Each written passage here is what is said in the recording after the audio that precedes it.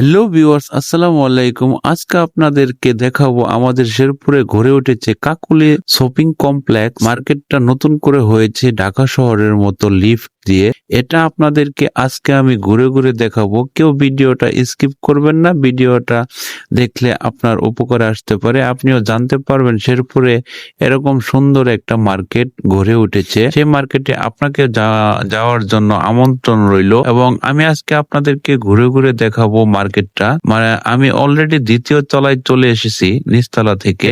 এখানে মেয়ে ছেলে উভয়, তারপরে মুরব্বি, তারপর হচ্ছে আমাদের দাদিমা, সবার জন্য এখানে ড্রেস পাওয়া যায়। এখানে বেশিরভাগ দোকান আছে এক দর এক প্রাইস। তো আপনারা কাপড়গুলা দেখে নেবেন, কাপড়গুলা মানসম্মত অনেক ভালো। ঢাকা শহরে বড় বড় দোকানে এক দর এক প্রাইস, এখানে তার তুলনামূলক অনেক কম। তো এগুলা আসলে কাপড়ের মান ভালো। আমি গিয়েছি, আমি দেখেছি। আমি যেহেতু ঢাকা শহর থেকে কেনাকাটা করি, তার মানে আমার একটা আইডিয়া হয়ে গেছে ঢাকা শহর থেকে তুলনামূলক অনেক অনেক দাম কম। ঈদে বা বাড়িতে গেলে আপনারা ঢাকা শহর থেকে কেনাকাটা না করেও যদি শেরপুর থেকে কেনাকাটা করেন তাহলে আপনি জিতবেন। কারণ হচ্ছে সে ঢাকা শহরে একটা দোকানের সিকিউরিটি অনেক, তাই তারা দামটা বেশি রাখে। তো আমরা যদি কষ্ট করে যদি বাড়িতে গিয়ে মার্কেট করি তাহলে কিন্তু আমাদের অনেক টাকা বাঁচে। সেগুলোর দিক দিয়ে আমাদের খেয়াল রাখতে হইব। আপনারা যারা শেরপুর, নকলা, নাইলতেবাড়ি, শ্রীপুরদি থাকেন,